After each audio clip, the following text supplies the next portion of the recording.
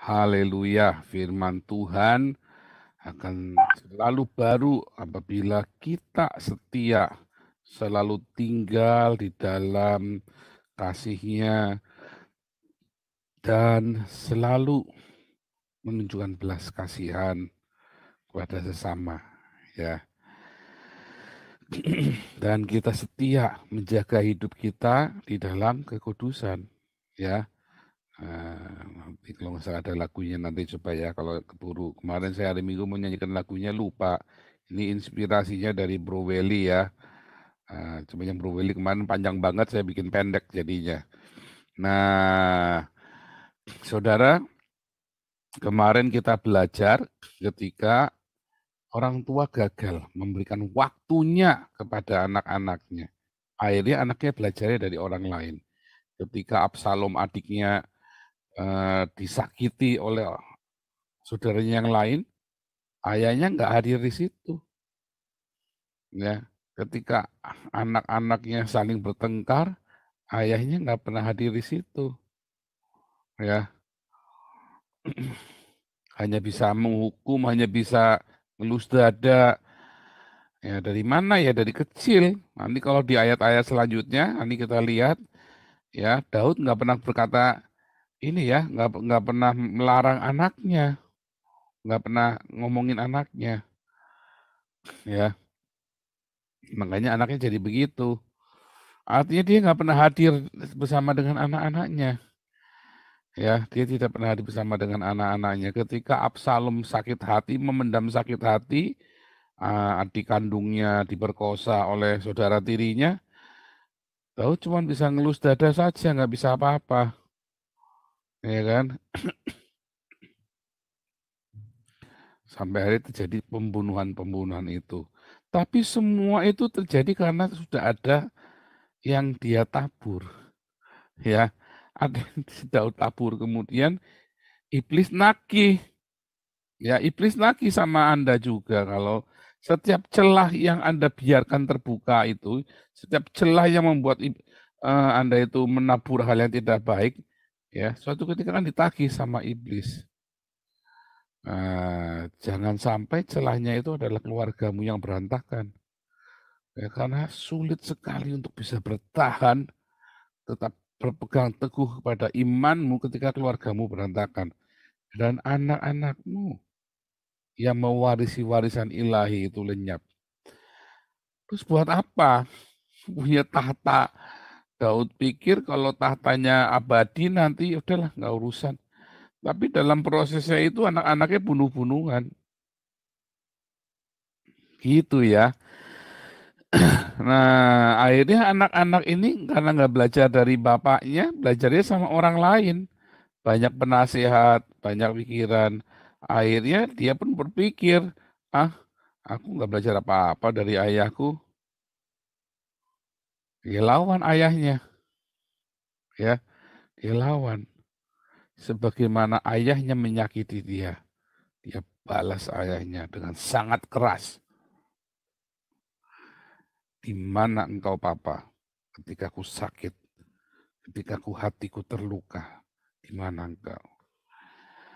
Akhirnya suatu ketika dia punya kekuatan, bukan untuk membangun dirinya, tapi untuk menyakiti ayahnya. Ya, ada anak-anak yang Anda tantang ngerti, kenapa kamu begitu tolol banget, kamu sekolah tinggi, pendidikan tinggi, kamu pergaulan luas. Kenapa kamu pilih cara itu? Anda selidik, punya selidik, ternyata cara itu adalah cara dia untuk menyakiti ayahnya. Sekalipun dia harus korbankan dirinya. Oh, dia nggak urusan. Ya, sekalipun dia harus korbankan dirinya. Pokoknya tujuannya mau nyakiti bapaknya. Mau nyakiti orang tuanya. Konyol ya, konyol. Oh, tapi kan itu anak kecil, Pak. Oh, enggak. Anak kecil juga, bahkan kalau sudah tua pun sama. Tujuannya memang mau nyakiti bapaknya. Dalam satu travel tertentu, bahkan bisa dengan cara yang sangat sadis. Ya, dengan dalam level-level yang biasa, Ya hanya iritasi-iritasi dengan tindakan-tindakan yang memberontak. Jangan heran. Lalu solusinya gimana? Anda datengin. Nah, ayah minta maaf. Ayah salah. Nangis dia nanti. Enggak nangis ya dalam hati, tapi dalam hati dia akan nangis hancur hatinya. Yang penting kamu datang minta maaf dengan tulus pada anakmu. Ya, jangan gengsi, jangan malu minta maaf sama anak itu. Ya, saya minta maaf sama anak saya. Karena saya beri contoh yang nggak baik ketika saya edan itu ya, 4 tahun itu. Sebelum saya berangkat ke Eropa, kan kita nggak tahu kan ketemu lagi apa enggak kan waktu itu kan kita sudah benar-benar kondisi begitu. Saya bilang pokoknya ayah minta papa minta maaf ya sama anak saya yang kecil. Karena saya pernah menghardik dia walaupun dia nggak salah saya hardik. Ya umur 6 tahun, banyak anak-anak umur 6 tahun saya hardik hanya gara-gara anak umur 4 tahun ya saya hardik gara-gara saya stres.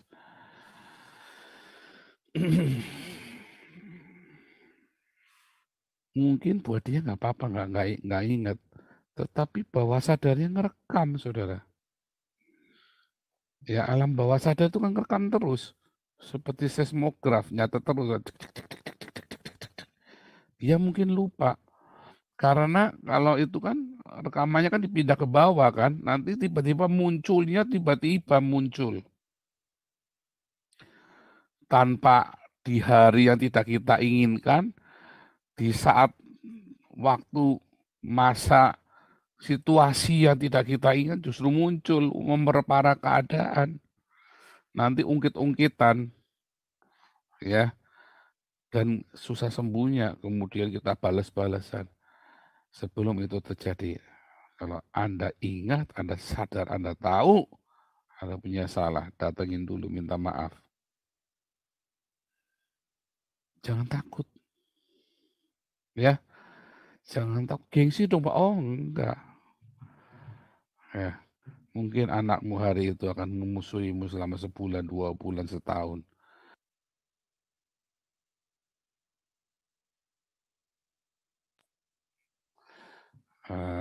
Jangan termute yang host ya.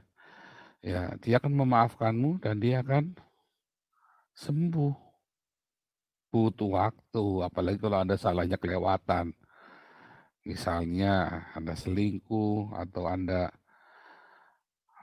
melakukan sesuatu yang menyakiti anakmu, mengkhianati anakmu, anakmu harusnya mau sekolah di mana, Anda tipu-tipu, terus digeser ke sana sesuai dengan maunya Anda, dia harusnya menikah sama siapa, Anda kerjain, akhirnya dia menikahnya sama orang lain.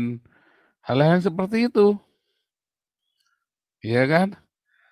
Oh ngeri ya, Anda jangan main-main dengan, oh nggak apa-apa harus begitu, untuk kebaikan dia sendiri. Oh siapa bilang? Nah itu Anda harus minta maaf dengan sungguh-sungguh. Kalau udah minta maaf, jangan, ya tapi kan itu buat kebaikanmu, jangan, ya nggak salah masalah saja, jangan kebanyakan alasan. Kalau kamu salah tapi kan, itu Anda nggak siap untuk minta maaf. Anda belum siap untuk mengaku bahwa Anda salah. Semuanya itu kebaikanmu, nggak usah, biar dia yang menilai, biar dia yang memutuskan. Anda nggak usah membela diri. Kalau dia menghakimi Anda, menyalahkan Anda, terima. Ya, terima. Terima. Nanti dia sembuh. Anda mau pikir gengsimu dijaga atau mau selamatkan hidupnya dia untuk puluhan tahun ke depan dan anak cucumu, anak cucunya dia. Nah, itu kan taruhannya itu. Ya, sepele ya. Jangan main-main dengan itu. Makanya keluarga-keluarga Kristen rusak. Di Belanda, di Jerman, di Eropa ya, di Amerika, keluarga-keluarga Kristen yang saleh rusak karena sang ayah terlalu keras mendidik anaknya. Kamu harus baca Alkitab. Pagi-pagi nggak bangun, disabet pakai Alkitab, digebuk pakai Alkitab, di rotan. Tanpa mengerti anak ini kemarin habis ngapain, habis capek atau apa. Dia dendam di hati. Tadi dia nggak mau percaya sama Tuhan Yesus. Tuhan Yesusnya geblek, dia bilang begitu. Edan Tuhan Yesusnya edan. Dia nolak, nggak mau. Sampai si orang tua ini sadar. Masalahnya udah terlanjur. Orang tua ditipu oleh agama, ya. Kemudian dia memperlakukan anaknya dengan keras, disiplin yang luar biasa. Ya, orang mah bangga, kalau saya anak nggak baca Alkitab, saya rotan. Saya mah nggak usah begitu, anak saya ngapalin Alkitab sendiri ya. Nggak usah sampai segitunya. Gitu ya. Karena apa? Karena menarik. Ya, saya didik kami punya pengalaman bersama dengan firman Tuhan itu. Makanya anak-anak ini pengen tahu, kok bisa begitu ya? Lucu ya, pengen tahu lagi, kejar. Gitu saudara. Nah, di kelas apostolik nanti. Nah, hari ini akhirnya kebablasan kali ini ya si Absalomnya. Sudah langkah jauh, dia makar. Apa Daud nggak berani sama Absalom? Berani, gampang banget ngalahkan Absalom. Tapi itulah, kita ingat juga Soekarno dulu ya, waktu di kudeta tak berdarahnya Soeharto. Dia bilang, kalau kita ngelawan bule gampang, besok saya ngelawan sama-sama coklat, sama-sama pribumi. Waduh, mendingan saya ngalah aja deh.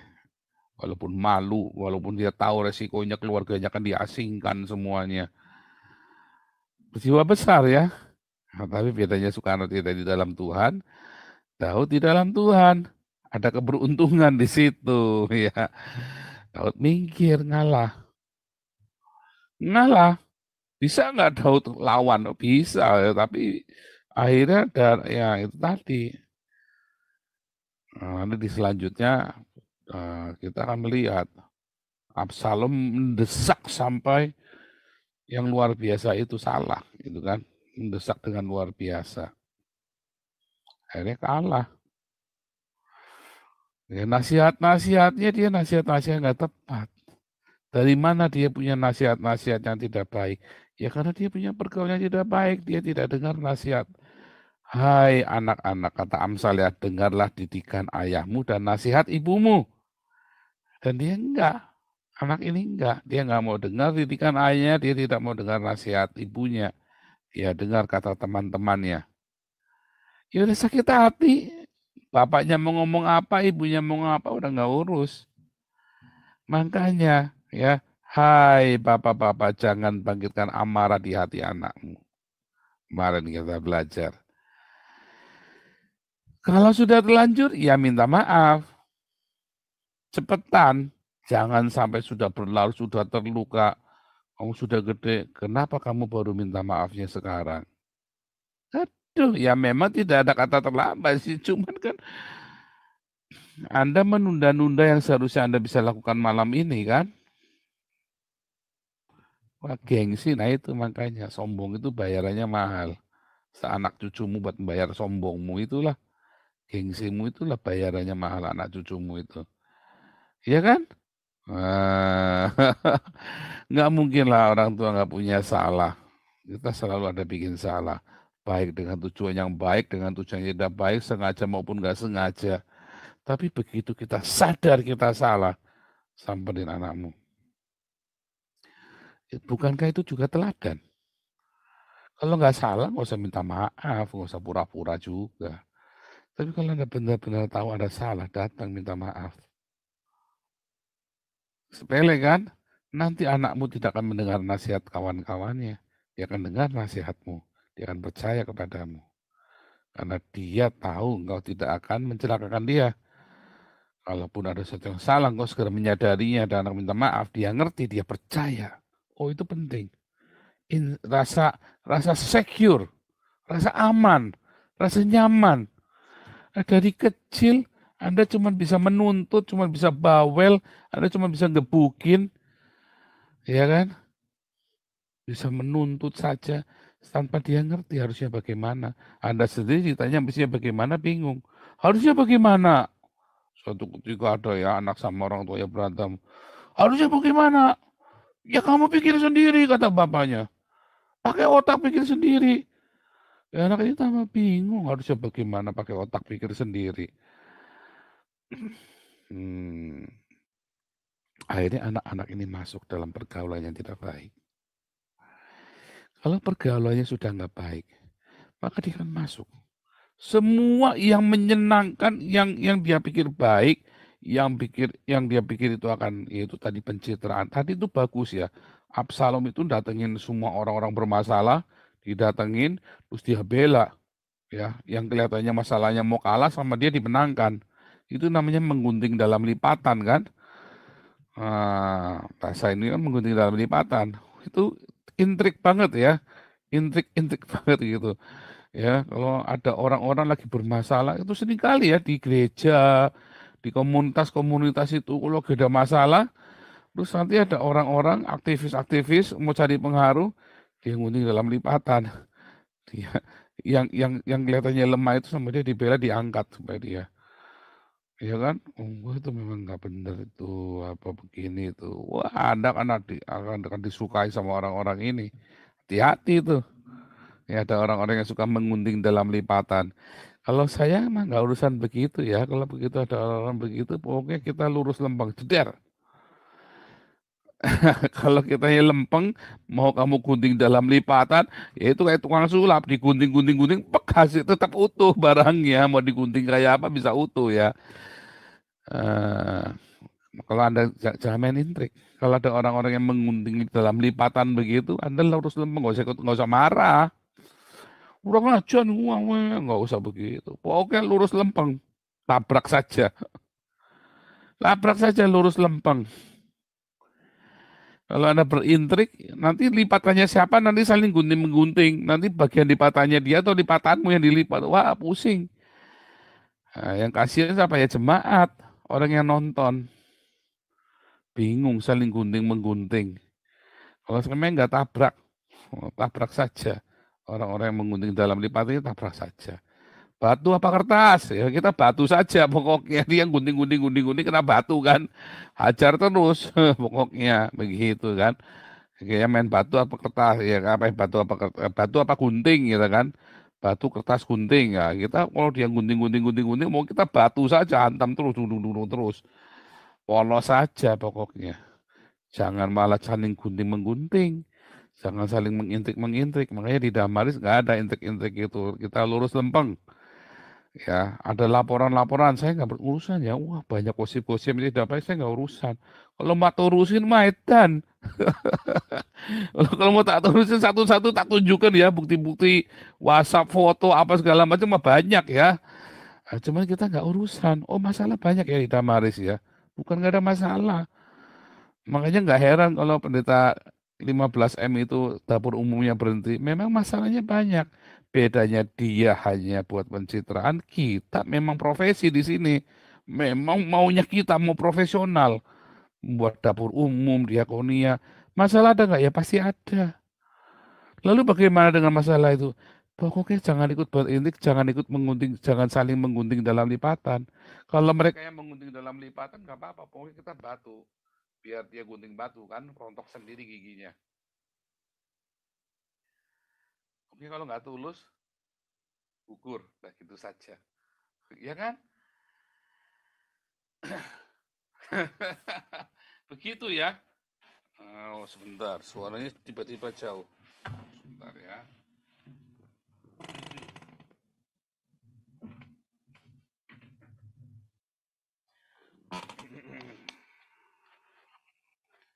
Nah,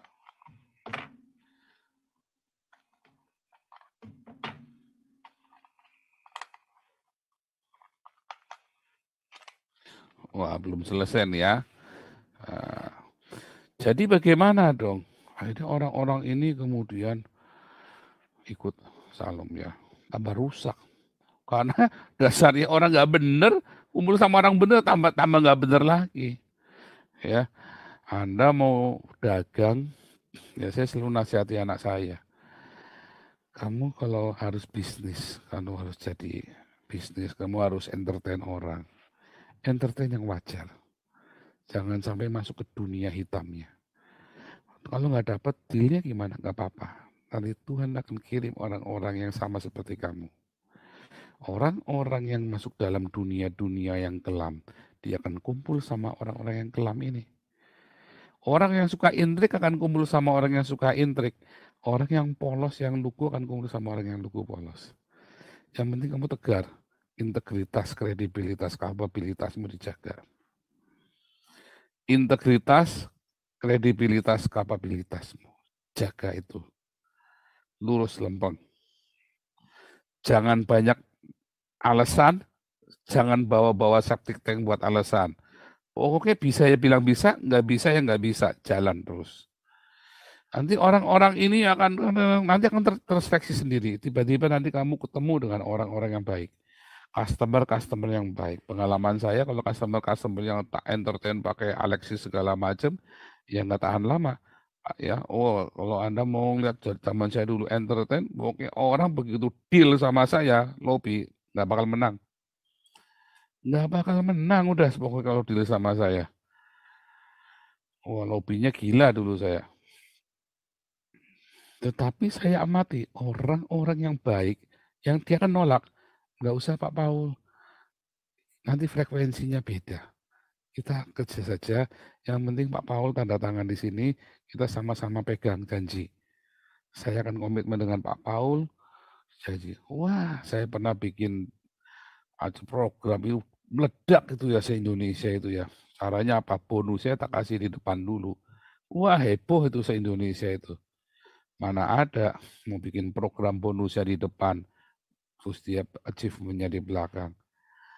Nah, itu ada caranya. Kalau mau nih belajar sama saya.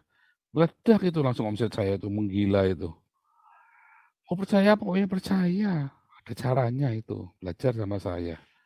Meledak itu langsung ya. Dari kita nomor berbul langsung nomor 1. Ya. Dari berbul sampai nomor 1 kita dulu. Yang ngeri ya. Sampai brand terkenal aja kalah sama brandnya kita dulu. Nah, karena itu tadi, ya saya ngeliat orang-orang yang punya kredibilitas, integritas, kapabilitas ini. Saya ngamatin ya, wah memang beda. Ayam sama ayam, serigala sama serigala, curut sama curut, singa sama singa, domba sama domba. Wah memang orang fasik ya kumpul sama orang fasik, orang benar ya kumpul sama orang benar. Selalu begitu, ya. Nggak bisa nipu udah, nggak bisa nipu udah dari sononya udah begitu caranya. Saya kumpul ya sama orang-orang yang punya istri 3, yang punya simpenan, yang punya apa namanya cem-ceman segala macam. Ya lama-lama hati kepengen. Itu nggak bisa nipu. Ya kumpul-kumpul aja dengan orang-orang begitu. Setahun, 2 tahun, 5 tahun, 10 tahun. Saya mikir rasanya kayak apa ya? Rasanya kayak apa ya? Hujan nggak kumpul aja kadang-kadang bisa kepikir pengen rasanya kayak apa. Apalagi kalau Anda tiap hari kumpulnya sama orang begitu, Anda pasti tanya rasanya kayak apa. Loh kalau gitu kita nggak bisa dagang. Oh bisa, Anda deal, tapi nggak usah terlibat hari runtang runtung, runtang runtung, runtang runtung. Nggak usah. Seperlunya, fair, tunjukkan kredibilitasmu, itikat baikmu. Orang-orang dia mau dagang kok. Kenapa? Kalau dia mau cari yang begitu-begitu dia bisa cari sendiri kok. Nggak usah pakai kita. Ya, percaya deh hubungan-hubungan yang begitu tuh nggak akan langgeng. Jangan khawatir Anda yang biasa ya para marketing, direktur marketing, sales atau di lapang, jangan takut. Kredibilitasmu, integritasmu, kapabilitasmu, ya fight atasanmu, jangan cari selamat sendiri. Untuk suatu program-program Anda fight, bertanggung jawabkan, maka orang akan respect sama kamu. Tentu jangan merugikan perusahaan juga. Kalau ada masalah ya cari jalan tengah, win-win solusi. Jangan cari selamat sendiri, orang juga nggak percaya. Gitu ya. Nah, akhirnya itu di percabulan. Tadi ada kata ini ya, kenapa kita nggak boleh kumpul-kumpul sama orang kikir? Karena nanti hati kita jadi cinta uang. Karena orang-orang kikir ini, ya pertama kali Anda jengkel sama orang-orang ini. Tapi lama-lama Anda bisa kayak dia. Ya, orang yang cabul juga sama ya, orang kikir. Ada satu pemfitnah. Bahasa aslinya itu bukan fitnah ya. Bahasa aslinya itu orang yang suka bully, abuse. Yang suka membuli, yang suka mencemooh itu, yang suka ngeremehin orang itu loh. Anda nggak usah kumpul deket-deket sama orang yang suka ngeremehin orang, abuse. Apalagi dia terus mencaci maki, maksudnya ngeremehin orang sambil merendahkan sekali begitu. Anda nggak usah deket-deket sama orang begitu, nggak usah bergaul. Mungkin Anda bukan jadi korban, tapi orang ini suka begitu, Anda singgir. Saya bilang sama anak saya, jangan ikut-ikut bully orang ya. Sebab nanti energinya dia, dendamnya dia bisa buat kalahkan kamu nanti. Kamu memberi dia energi negatif untuk mengalahkan kamu. Energinya itu nanti, oh orang yang dibully itu energinya, dendamnya itu bisa buat mengalahkan orang-orang yang lain loh, yang yang berpotensi. Itu ya, jadi bukan pemfitnah itu salah ya, itu terjemahan bahasanya salah, tapi orang yang suka abuse, very abuse, sangat-sangat abuse.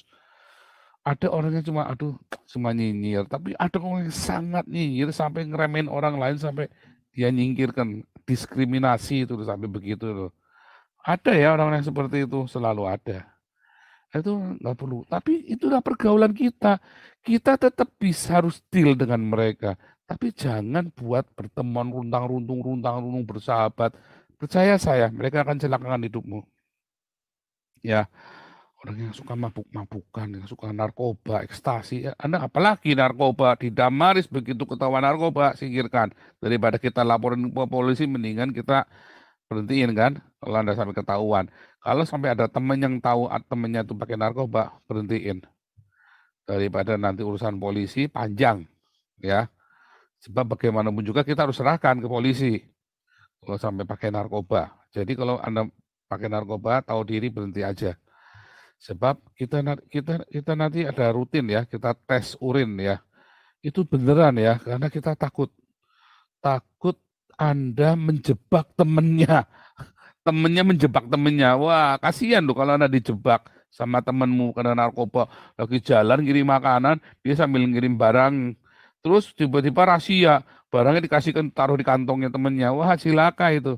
Nah, itu yang kita khawatirkan. Kita nggak mau seperti itu. Sebelum itu kita lakukan pencegahan. Kalaupun sampai terjadi, ya kita sudah lakukan pencegahan dan Tuhan tidak akan izinkan. Tapi kita sudah bikin pengamanan, kita sudah upayakan sebisa yang kita mampu dan kita serahkan kepada Tuhan, Tuhan akan jaga kita, jangan khawatir. Jadi nggak usah sampai parno juga. Begitu ya, orang-orang yang begitu tuh kita jangan deket-deket. Artinya kalau jangan makan bersama itu artinya apa?